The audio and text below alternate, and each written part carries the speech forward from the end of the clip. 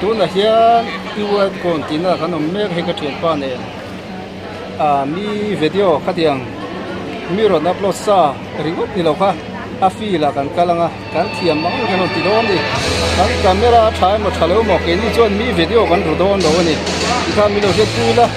en ko ni se la he kan ti chu don na tu la ma te po chen tu kan po chuak mai te ni ka mi lo he tu la muna kan kal sin thap zel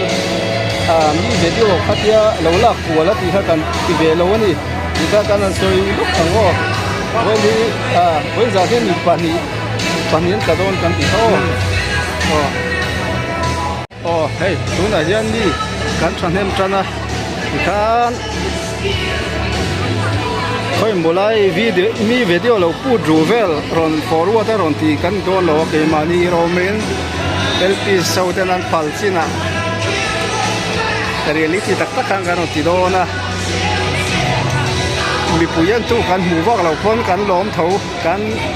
reality kan yang kha kai mani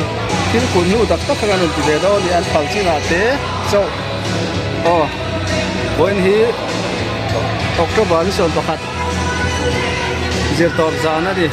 jani he panian ta do na di lung ai thak khop dar sarire ton de dar sarire chan ve ari chepa chan na dar ni somli vela lo mani ni chu ka ram phol dok ani zanin po hian hey